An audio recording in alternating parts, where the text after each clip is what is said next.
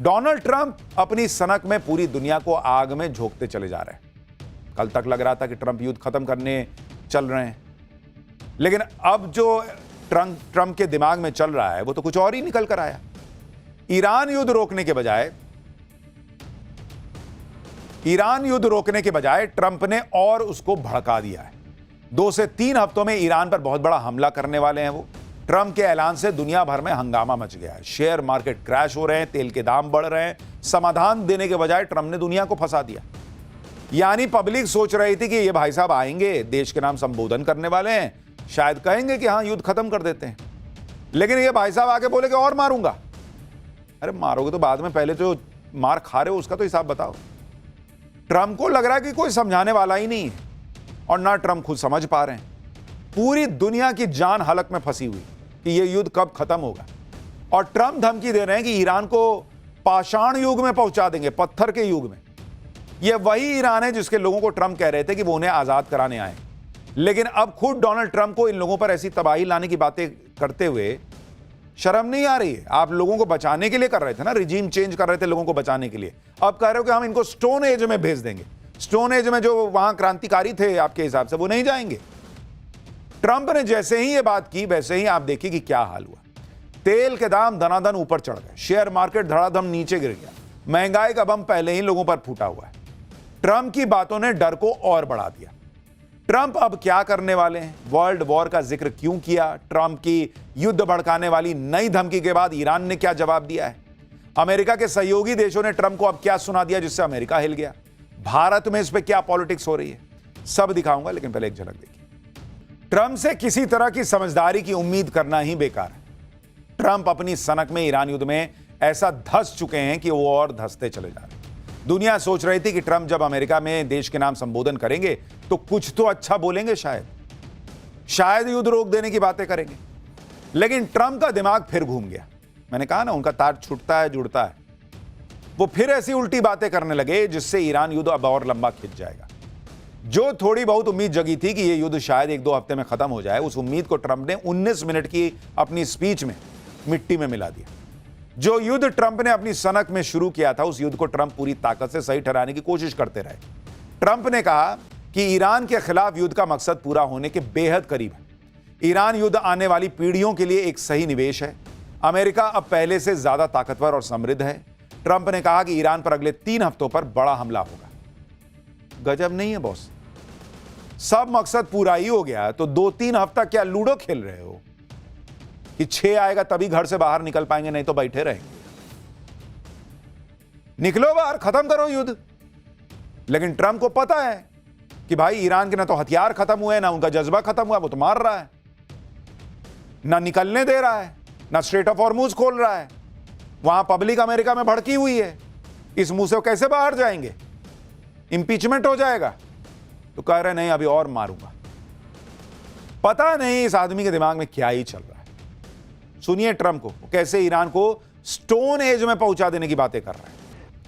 आप सोचिए बॉस, आज युद्ध के महीने भर के बाद, दुनिया भर में तेल और गैस की किल्लत खड़ी करने के बाद, यह आदमी पलट गया, कह रहा रिजीम चेंज तो हमारा कभी मकसद ही नहीं था।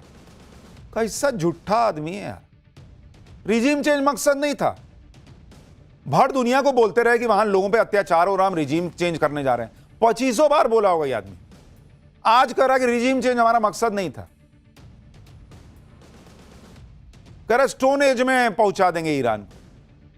अरे स्टोन एज छोड़ो, लोग स्टोन उठा के अपना माथा फोड़ लेंगे तुम्हारी बातें सुन। एटम बम गिरा देंगे, महीनों सालों लड़ते रहोगे क्या। ट्रंप ने आज इसको भी जस्टिफाई कर दिया कि अभी तो युद्ध को ज्यादा दिन हुए ही नहीं है। ट्रंप ने कहा कि पहला विश्व युद्ध 1 साल 7 महीने 5 दिन चला था। ये भाई साहब अब ये गिना रहे हैं कि दूसरे युद्ध कितने लंबे चले। दूसरा विश्व युद्ध 3 साल 8 महीने 25 दिन चला था।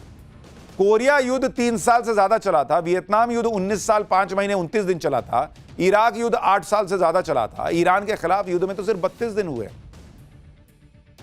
अरे 32 दिन से क्या मतलब है भाई, वो 32 दिन में दुनिया बर्बाद हो रही है, तुमको ये नहीं दिख रहा है। ये डोनाल्ड ट्रंप का मान लीजिए कोई डॉक्टर जो है वो ऑपरेशन शुरू कर दे और एनेस्थीसिया ना दे और ये बाप बाप चिल्लाएं और डोनाल्ड ट्रंप को जब वो बाप बाप चिल्लाएं तो डॉक्टर जो है वो कहे कि चुप रहो, अभी तो 1 घंटा ही हुआ है ऑपरेशन को, कहीं कहीं तो 8-8 घंटे चलते हैं, 12-12 घंटे ऑपरेशन चलते हैं, बर्दाश्त कर लेंगे। कोई लॉजिक है इस बात का कि फलाना युद्ध इतने दिन चला था, अभी तो 32 दिन हुआ है। इसी के बाद चर्चा होने लगी कि क्या ट्रंप ईरान युद्ध को लंबा खींचना चाह रहे हैं। ट्रंप का इतना बोलना भर था कि दुनिया में हड़कंप मच गया। शेयर मार्केट में की दुनिया में धड़ाधड़ लोगों का पैसा डूबने लगा। ऐसा कोहराम मचा कि 25 मिनट में अमेरिकी शेयर मार्केट से 51 लाख करोड़ रुपए स्वाहा हो गए। अमेरिकी नैस्डैक 100 फ्यूचर्स 2% गिर गया। अमेरिका का डाउ जोन्स 1.3% गिर गया। अमेरिका का ही S&P 500 1.3% गिर गया। जापान का निकी 225 इंडेक्स 2.38% गिर गया। बिटकॉइन 2.5% गिर गया भाई। हांगकांग का हैंग सेंग 1.27% क्रैश हुआ है। दक्षिण कोरिया का कोस्पी 5% गिर गया। भाई लोग रो रहे हैं खून के आंसू। इसको समझ ही में नहीं आ रहा भाई साहब। सिर्फ दुनिया भर के शेयर बाजार ही नहीं गिरे, बल्कि क्रूड ऑयल की कीमतें ट्रंप के भाषण के बाद और चढ़ गई। ब्रेंट क्रूड ऑयल के दाम 7% से ज्यादा बढ़ गए डोनाल्ड ट्रंप के भाषण के बाद। भाषण से पहले $101 प्रति बैरल के करीब थी यह कीमत।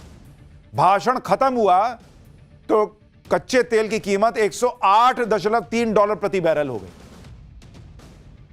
भारत के शेयर मार्केट में भी ट्रंप के भाषण का असर दिखाई दिया। आज बाजार खुलते ही 1 घंटे के अंदर 10 लाख करोड़ रुपए स्वाहा हो गए। बॉम्बे स्टॉक एक्सचेंज में 1500 अंकों तक की गिरावट हुई। सेंसेक्स और निफ्टी करीब 2-2% गिर गए। हालांकि बंद होने से पहले बाजार थोड़ा संभला। सेंसेक्स 185 अंकों की बढ़त के साथ बंद हुआ।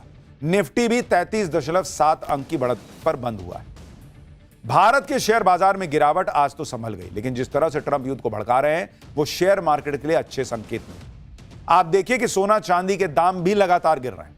24 कैरेट सोने की कीमत 4,245 रुपए गिरकर 1,47,000 प्रति 10 ग्राम हो गई। चांदी की कीमत 12,023 रुपए कम होकर करीब 2,28,000 पे आ गई है। ईरान युद्ध शुरू होने के बाद से अब तक सोना 12,489 रुपए और चांदी करीब 39,000 रुपए गिर गया है।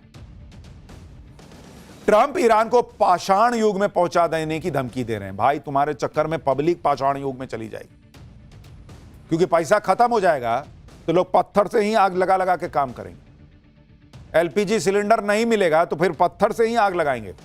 भर दुनिया को तुम पाषाण युग में भेज रहे हो, खाली ईरान को नहीं।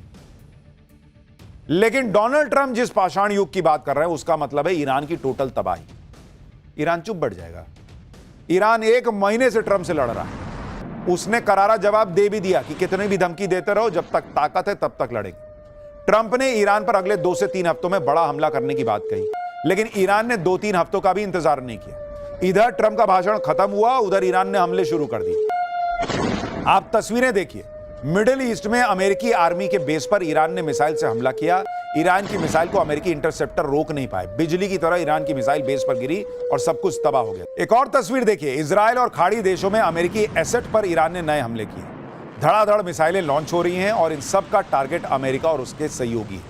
अमेरिका और इजराइल अब ईरान के हमलों को रोक नहीं पा रहे। अमेरिका का F-15 फाइटर जेट ईरान के शाहिद ड्रोन को नहीं मार पाया। ये तस्वीरें बड़ी वायरल हो रही हैं।